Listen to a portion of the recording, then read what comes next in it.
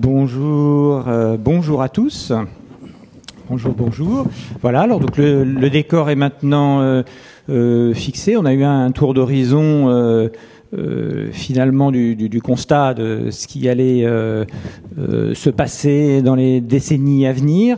Notre rôle, ça sera très modestement en 45 minutes d'essayer de relever tous les défis, tout ce qu'il faudrait engager. Alors on voyait bien que c'est pas avec 4 personnes qu'on va y arriver, mais on va essayer quand même de dégager quelques lignes de force, peut-être en se concentrant évidemment sur le cas particulier de la France. On a vu que le président de la République nous promet la fin de l'abondance et de l'insouciance. Donc on a déjà un décor d'une grande gaieté qui nous attend pour la rentrée. Et donc j'ai le plaisir d'avoir autour de moi Béatrice Sédillot. Vous êtes responsable du service statistique du ministère de la Transition écologique, l'économiste Patrick Artus, et puis Antoine Frérot, que vous avez vu tout à l'heure, l'ordonnateur de ces journées, président de l'Institut d'entreprise, et évidemment président de Veolia. Et c'est à ce titre qu'on est intéressé par entendre son témoignage de chef d'entreprise. J'ai une petite tablette à disposition et donc elle va recueillir, j'espère, vos nombreuses questions. On va essayer de faire un tour de piste rapide et puis ensuite d'engager un débat un peu plus transversal. Alors j'avais envie de commencer par vous, Béatrice Sédillot. Vous avez les chiffres, vous manipulez les chiffres, en tout cas vous les recueillez. Et la question, est-ce que vous pouvez nous donner un peu, assez rapidement, mais les quelques données qu'il faut savoir pour avoir une idée des priorités finalement, puisque là on va parler des enjeux. Les enjeux ils sont scientifiques, économiques, technologiques, sociétaux, comportementaux, enfin de toutes sortes. Mais sur quoi agir en priorité et comment. Donc quelles sont les 3-4 données à retenir? Oui, bonjour à tous. Tout d'abord, bonjour, et puis je suis vraiment très heureuse de participer à cette table ronde. Donc moi, effectivement, dans mon service, on est plutôt dans le monde de l'observation. On essaye d'observer, de mesurer l'état de l'environnement, son évolution, l'impact des politiques publiques. Alors, on va parler peut-être de la France. Effectivement, dans la première table ronde ont été évoqués déjà beaucoup de chiffres qui montrent que les sujets sont quand même assez inquiétants. Il y a quand même de gros défis devant nous. Moi, je souhaitais revenir peut-être sur d'abord 2 chiffres qui me semblent importants, alors qu'ils sont sur l'empreinte carbone. Donc, c'est qu'une partie des empreintes. Madame Andrieux a évoqué le fait qu'il n'y avait pas uniquement l'empreinte carbone qui importait, mais c'est quand même un sujet important. Pour la France, s'il fallait retenir 2 chiffres, je dirais qu'aujourd'hui, 9 tonnes, c'est le montant de ce qu'on appelle l'empreinte carbone par Français. C'est la situation qui est la nôtre aujourd'hui. 2 tonnes, c'est le niveau d'empreinte carbone en deçà duquel il faudrait se situer pour avoir disons des objectifs qui soient grosso modo compatibles avec les engagements climatiques. Certains diraient même que c'est même encore un peu en deçà. Et nous, on calcule donc cette empreinte. Je vais revenir juste en 2 mots sur ce que ça mesure. En fait, c'est l'ensemble des émissions de gaz à effet de serre qui sont liées à nos comportements de consommation. Donc une partie sont des émissions qui viennent de la production sur le territoire français, mais une partie sont aussi des émissions importées.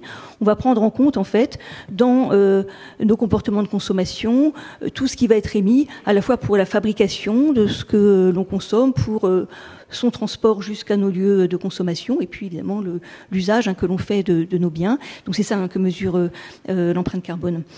Et donc, effectivement, on a aujourd'hui, depuis 1995, en gros, on a une empreinte carbone qui fluctue entre 11 tonnes et 9 tonnes. Donc 2 tonnes, on voit que c'est quand même une marche importante à franchir.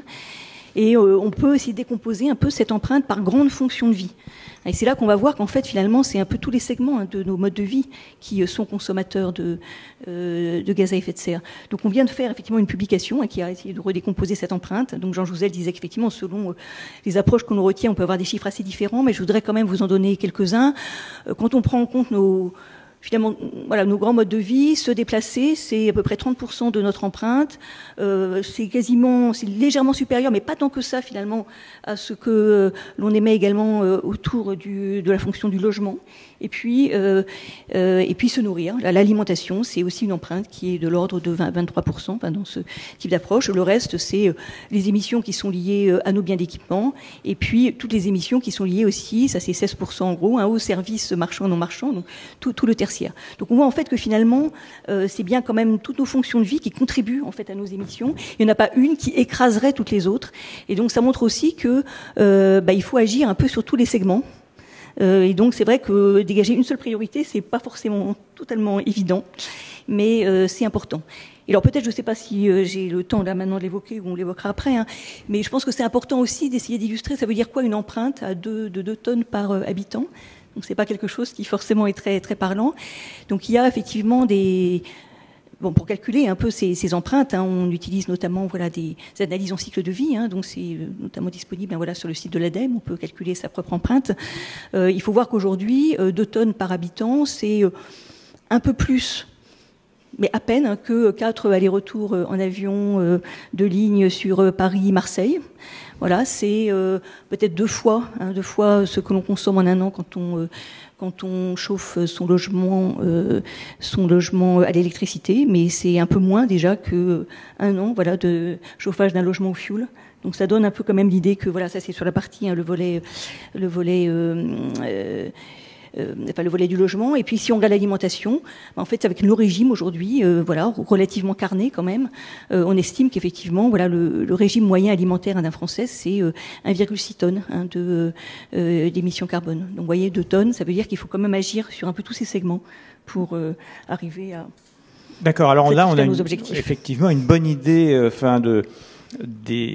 en tout cas des cibles, se déplacer 30%, se loger 30%, et puis se nourrir 23%. Ouais. Voilà. Donc on a effectivement on va dire un peu ces 3 tiers, en gros, qui donnent une idée de l'endroit où il faut mettre le paquet. Alors, Patrick Artus, au niveau macroéconomique, hein, ça veut dire changer nos comportements. Changer nos comportements, c'est changer beaucoup de choses dans la société, dans l'industrie, dans la consommation, et tout ça, ça a un coût. Ça nécessite de ressources. Alors comment ça se traduit sur le plan économique? Oui, alors bonjour à tous d'abord. Il y a un certain consensus qui s'est organisé autour de qu'est-ce qu'il faudrait faire pour éviter d'avoir des interventions publiques très fortes de type rationnement ou direction des comportements. Dans ce consensus, il y a un pilier qui est extrêmement important, qui est le pilier investissement. Il y a des chiffres qui sont maintenant internationalement validés qui disent qu'il faudrait avoir des investissements liés à la transition énergétique. Alors c'est uniquement énergétique, hein, c'est pas biodiversité, etc. De l'ordre de 4 points de PIB en plus de ce qu'on faisait avant de s'occuper de la transition. On est aujourd'hui en Europe ou en France à peu près à 2 points de PIB d'investissement supplémentaires. Alors ces investissements, c'est des investissements dans la production d'énergie renouvelable, dans le stockage d'énergie renouvelable, dans la décarbonation de l'industrie, dans la décarbonation des transports, dans la rénovation thermique des bâtiments, des logements, etc. Voilà. Donc le premier enjeu, c'est un enjeu de finance finalement, hein, c'est de doubler l'argent qui est investi dans la transition, à la fois par les États et par les entreprises. Par le secteur privé, c'est une répartition à peu près moitié-moitié entre les États et les entreprises. Et alors, on le trouve où cet argent? Cet argent, là, on le trouve de différentes façons. On le trouve d'abord par des incitations des États, par des réglementations, par des entreprises qui sont en face des consommateurs et de leur réputation, finalement, et qu'ils font spontanément. Et le consensus, c'est que cet argent, il est trouvable, que l'argent n'est pas forcément un énorme problème. À 2 sujets près. Le premier sujet, c'est que cet argent va réduire la rentabilité des entreprises. Donc il faut que les entreprises acceptent des rendements du capital plus faibles que ce qu'elles acceptaient ce qu'elles exigeaient dans le passé. Prenez un exemple, la sidérurgie, par exemple, va passer va passer du coke, essentiellement du charbon, donc à l'hydrogène pour faire de l'acier. C'est un investissement qui est de 70 milliards d'euros pour la sidérurgie européenne et qui n'a aucune rentabilité financière. On va faire le même acier, mais avec une autre énergie de base qui sera l'hydrogène, normalement vert. C'est 70 milliards de plus. D'investissement qui pourrait ne pas être fait si on continuait à utiliser le charbon, quoi. Voilà. Donc, évidemment, baisse du rendement des entreprises, de toutes les entreprises concernées par des investissements de transition. Et deuxièmement, hausse du poids des États. Les États faisant à peu près la moitié de cet investissement doivent trouver 2 points de PIB de ressources supplémentaires, ce qui imposera, puisque par ailleurs les États ont toutes sortes de besoins nouveaux dans l'éducation, la santé, le vieillissement, etc., ce qui imposera évidemment une hausse de la pression fiscale et une hausse du poids des États. Donc c'est illusoire d'imaginer qu'on fera ça sans une nouvelle marche dans le poids de l'État dans l'économie. Voilà. Alors comme nous promettre moins d'impôts, ça va être compliqué. Oui, ça va être compliqué. Alors, ayant fait ça, on a alors oui, parce qu'il y a aussi, excusez-moi, mais il y a derrière ce que vous dites, il y a aussi le fait que, eh bien, la vie sera plus chère, peut-être. C'est de l'inflation. Oui. Alors, voilà. Alors après, c'était mon second point, c'est de dire, et même si on fait ces 4 points d'investissement en plus, on n'a pas réglé tout le problème. Donc, par exemple, l'alimentation, c'est pas des points d'investissement, c'est des habitudes d'alimentation. Il faut décarboner l'alimentation. Et donc, il y a un certain nombre de choses qui seront faites, soit par de la réglementation, soit juste par des actes citoyens, des gens qui décideront de se nourrir autrement. Et le troisième sujet, effectivement, c'est les effets sur les inégalités. L'énergie renouvelable, elle est plus chère que l'énergie fossile. Elle est plus chère essentiellement parce qu'il y a intermittence et donc il faut stocker. L'énergie renouvelable de base, elle n'est pas plus chère que l'énergie fossile. Les éoliennes, on arrive à avoir de l'électricité éolienne maintenant pour 40 € le mégawattheure, donc c'est à peu près le prix des... Et quand le prix du gaz est ce qu'il est aujourd'hui, voilà. Enfin, c'est moins cher. Je fais abstraction de la guerre en Ukraine dans tout ce raisonnement, mais bon. Mais il y a un prix des matières premières. Mais voilà. Mais le problème de l'énergie renouvelable, c'est qu'il faut la stocker. Il y a l'intermittence, et donc il y a un coût de stockage qui est important, et avec des technologies de stockage de l'énergie qui ont des efficacités énergétiques qui sont assez faibles, entre 30 et 40% pour l'hydrogène vert, par exemple. C'est-à-dire qu'on récupère en électricité par la pile à combustible entre 30 et 40% de l'électricité éolienne ou solaire qu'on a utilisée pour fabriquer l'hydrogène et le stocker. Et donc on multiplie par 3. C'est des rendements faibles. Plus le coût du matériel de stockage, de matériel de déstockage. Donc on arrive de toute façon à une énergie qui est extrêmement chère. Et ça pose un problème évidemment d'inégalité, puisque les budgets d'énergie sont d'autant plus élevés en poids dans le revenu des ménages que les ménages sont pauvres. Et donc on arrive à un peu plus de 20% du revenu des ménages qui est utilisé pour acheter de l'énergie pour les 20% de ménages en bas de l'échelle des revenus. Et donc, on aura en plus un autre besoin d'intervention publique, c'est un besoin de réduction de ces inégalités qui s'ajoutent à celles qui viendront aussi des prix de l'alimentation, des prix des logements. Les logements sont plus chers aussi. Les logements rénovés sont plus chers et donc les loyers sont plus élevés, etc. Donc, il y a un gros bloc dans la réflexion qui est comment on va traiter ces inégalités qui seront insupportables si elles ne sont pas traitées. Voilà. Donc, 4 points d'investissement au lieu de 2.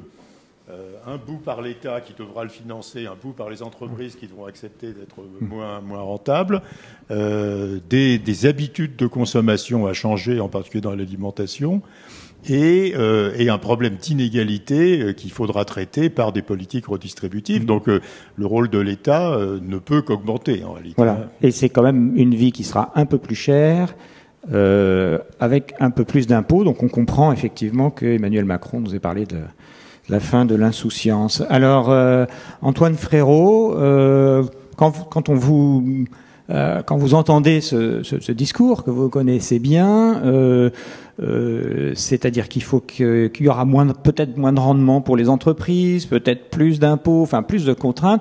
Alors on sait que le capitalisme s'est forgé en utilisant les contraintes comme des leviers. Est-ce que cette fois-ci ce sera possible? Est-ce que les entreprises peuvent se sortir un petit peu de ce piège aujourd'hui de la transition écologique? Pour commencer, M. Escande, à répondre par une galéjade à votre question, je dirais que le capitalisme, il est prospère s'il est utile. Et si la société décide qu'il est utile et voire nécessaire de réussir la transformation écologique, le capitalisme n'aura pas le choix. Il devra le faire. La question, c'est comment.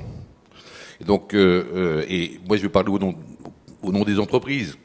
Qu'est-ce qu'elle va être leur rôle? Qu'est-ce qu'elles peuvent faire? Qu'est-ce qu'elles doivent faire? Bon, je voudrais rappeler, comme Véronique Andrieux l'a fait tout à l'heure, que transformation écologique, c'est bien sûr le climat, mais ce n'est pas que le climat.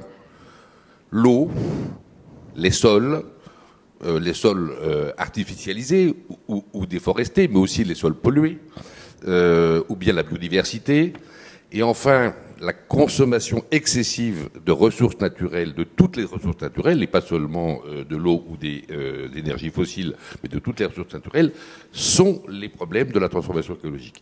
Et donc pour les entreprises, il y a deux grands enjeux.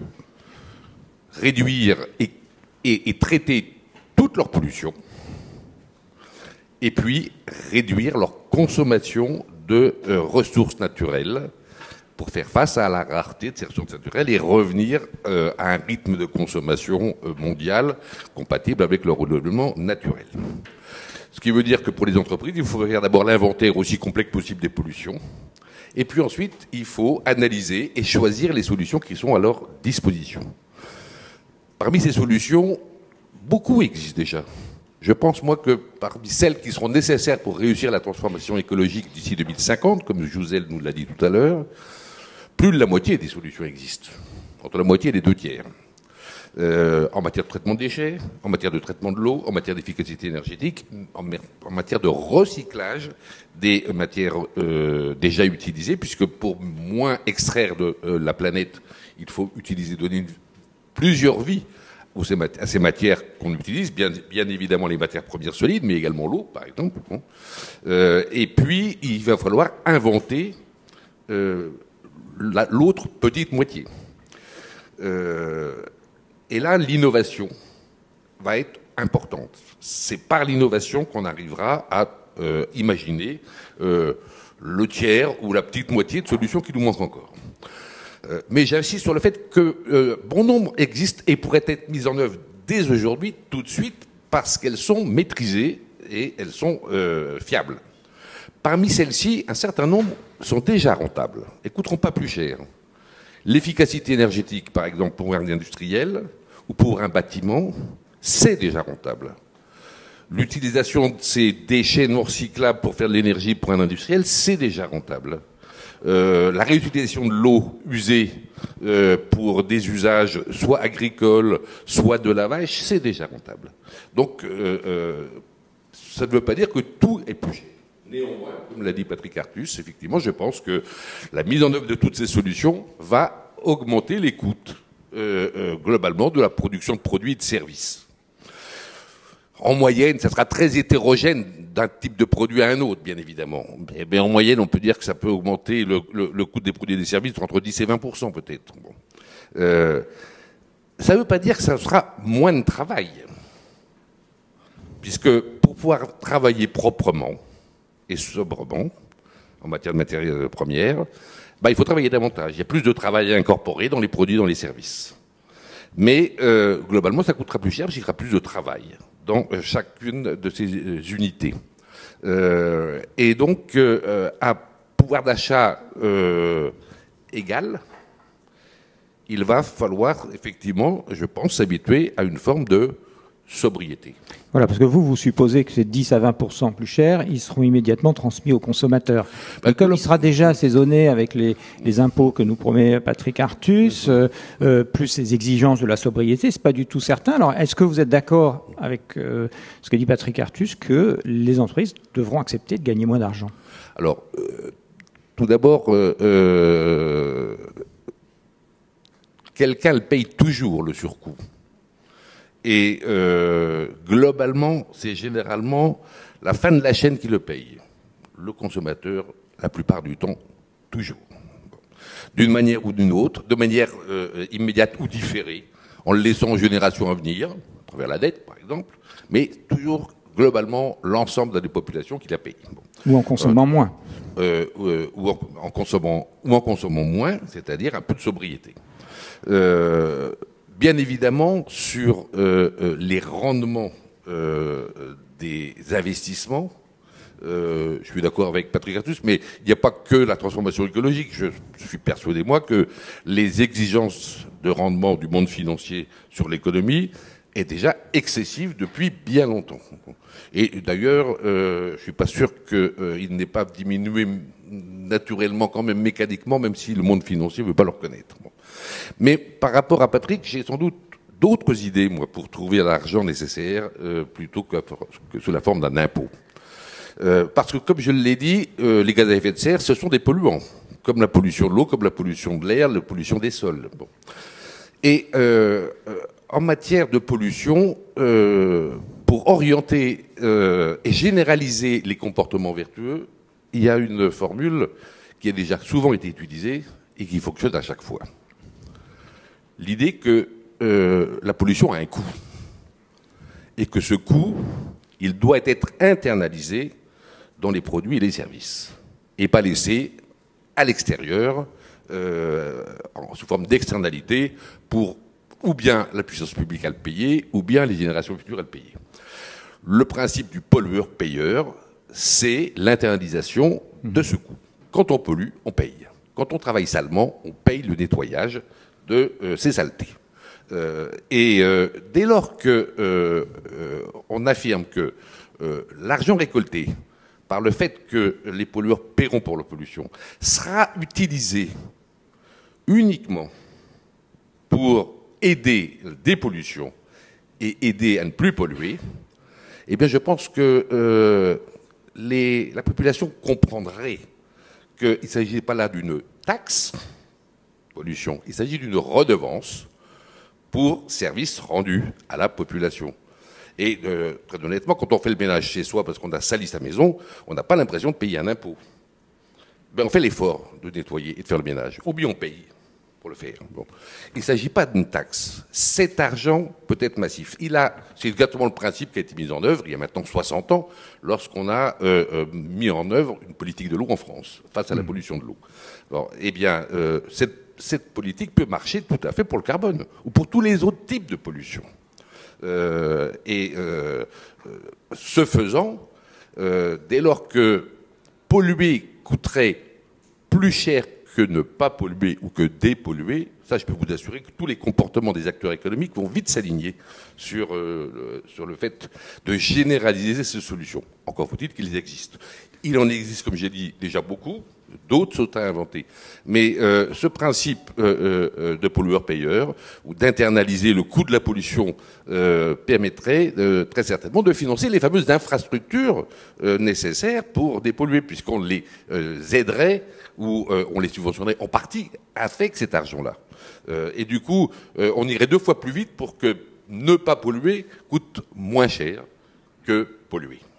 Alors, on va revenir sur cet arbitrage entre fiscalité et normes pour essayer de faire avancer les choses. J'ai juste une petite question là qui est arrivée sur quelle est l'origine du chiffre que vous avancez sur 50% des solutions existent déjà. Qu'est-ce qui vous permet de dire ça? C'est le professionnel des solutions de transformation écologique qui le dit. Je regarde un petit peu en matière de déchets, par exemple. C'est dans votre domaine, alors. Dans mon domaine. Ce qu'on sait aujourd'hui, recycler ou valoriser, est ce qu'on ne sait pas. Et je constate que on est à peu près aujourd'hui à savoir recycler à peu près 50% des volumes de déchets. À condition de le généraliser. J'ai pas dit qu'on le généralisait, je dis qu'on sait le faire. On sait recycler 80% des plastiques. On en recycle péniblement 30%. Non, moins que ça. Une petite vingtaine de pourcents aujourd'hui. Mais on sait 80% des plastiques, on sait le faire. Et on sait le faire pour bien d'autres produits. En matière d'efficacité énergétique, par exemple, isoler les logements, on sait le faire. Rendre électriques les véhicules pour les déplacements, on sait le faire. Fabriquer et poser des bornes de véhicules électriques pour les véhicules électriques dans toutes les villes et sur toutes les autoroutes, on saurait le faire. Donc voilà voilà tout ce que ça fait. Qu'est-ce qu'on ne sait pas faire, par exemple sans doute recycler un certain nombre de produits qui se trouvent dans les batteries des véhicules électriques. On sait maintenant à peu près recycler le lithium. C'est un petit peu moins vrai pour le cobalt ou d'autres produits. Donc il y a on ne sait pas capturer le carbone. Je suis persuadé que une des solutions pour diminuer les émissions passera aussi par la capture du carbone et le fait de le rendre inoffensif. Aujourd'hui, c'est bien trop cher. On sait le capturer, mais c'est très cher. Il y a beaucoup de progrès techniques à faire sur la capture du carbone, par exemple. Voilà quelques idées. Donc, c'est vrai que c'est un chiffre à la grosse. En tout cas, voilà, on retient qu'une bonne partie mais elles sont déjà disponibles. Et certaines, je le répète, sont rentables. Ça coûte pas plus cher de les utiliser que de les utiliser. Et donc, c'est vraiment dommage de pas le faire tout de suite. Et puis, pour inciter à utiliser les autres,